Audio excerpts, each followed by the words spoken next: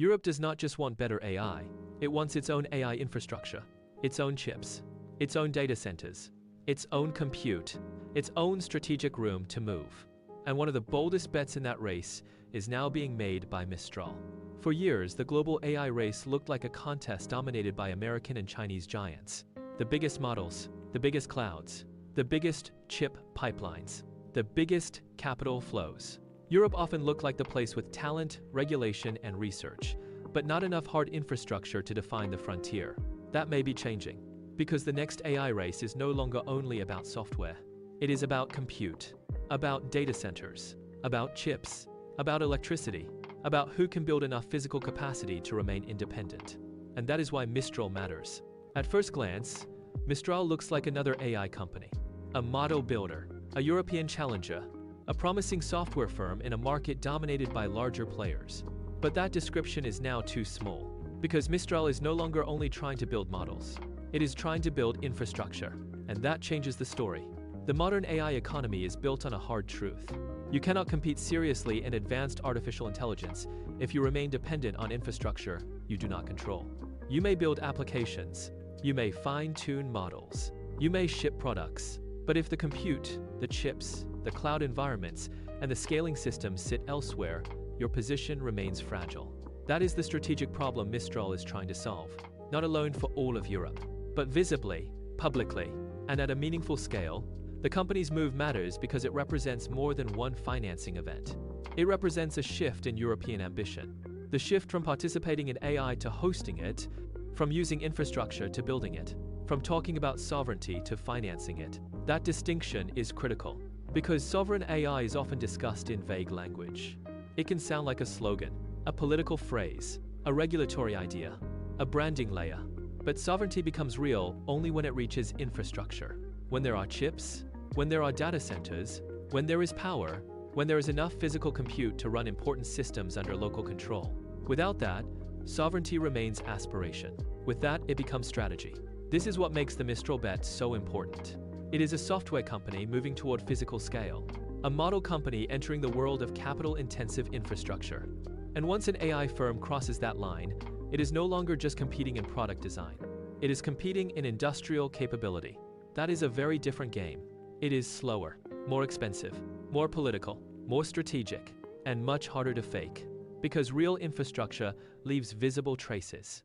Buildings, power contracts, cooling systems, chip orders, debt financing, construction schedules, nationale attention. All of those things tell the same story. The AI race is hardening into a race for physical control. And Europe has understood that late is still better than never. Why does Europe care so much about this now?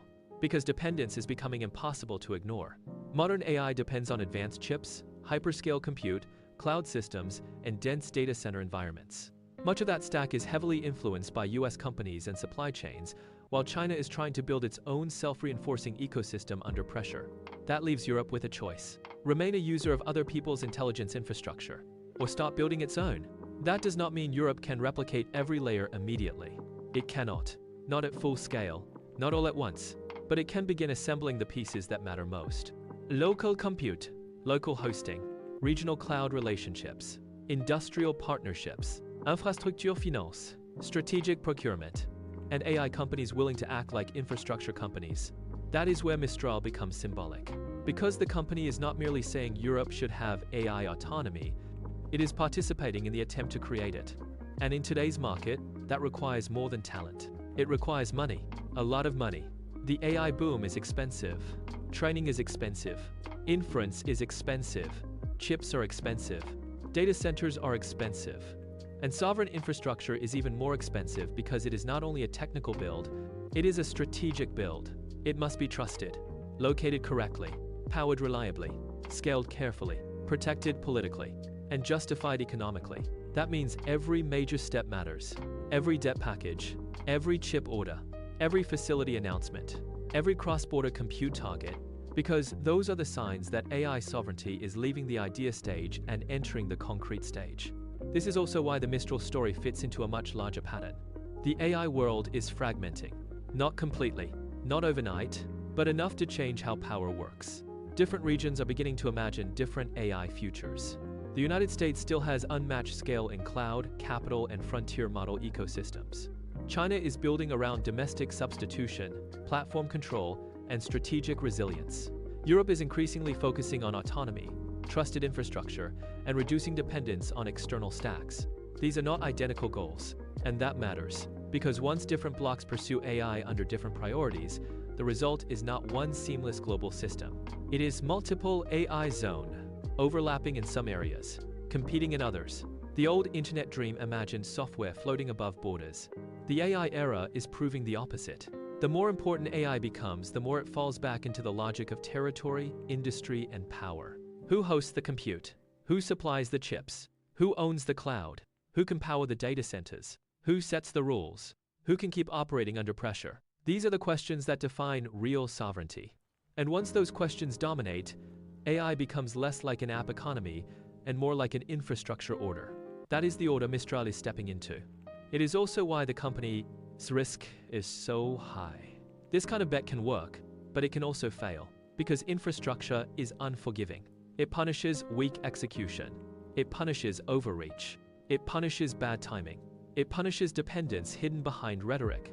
If Europe wants a more sovereign AI future, it will need more than political desire. It will need durable companies that can survive the cost and complexity of infrastructure scaling. It will need firms that can turn AI ambition into physical capacity. That means the real question is not whether Europe wants AI sovereignty. It clearly does. The deeper question is whether Europe can sustain the industrial discipline required to build it. Can it build enough data center capacity? Can it secure enough advanced chips? Can it finance enough growth without losing strategic flexibility? Can it move fast enough while still playing by a more regulated and fragmented political structure? These are difficult questions, but they are the right questions, because sovereign AI is not won through speeches. It is won through machines, money, energy, and execution. That is why the Mistral bet matters beyond Mistral itself. It is a test case, a test of whether Europe can move from AI commentary to AI capacity, from regulatory voice to infrastructure weight, from dependency to leverage. And if that shift succeeds, the implications go far beyond one company. It would mean Europe begins to matter in AI, not only as a market or a rules maker, but as a genuine infrastructure bloc. That would change the balance of the global AI race. Because the future would no longer be shaped only by US dominance and Chinese substitution. It would also include a European attempt to build trusted, sovereign intelligence infrastructure on its own terms. That is the bigger story. Mistral is not just building models. It is testing whether Europe can build power, digital power, industrial power, strategic power, and that is why this bet deserves attention. Because the future of artificial intelligence may not be decided only by who writes the best code. It may also be decided by who can finance, build, and control the systems underneath it.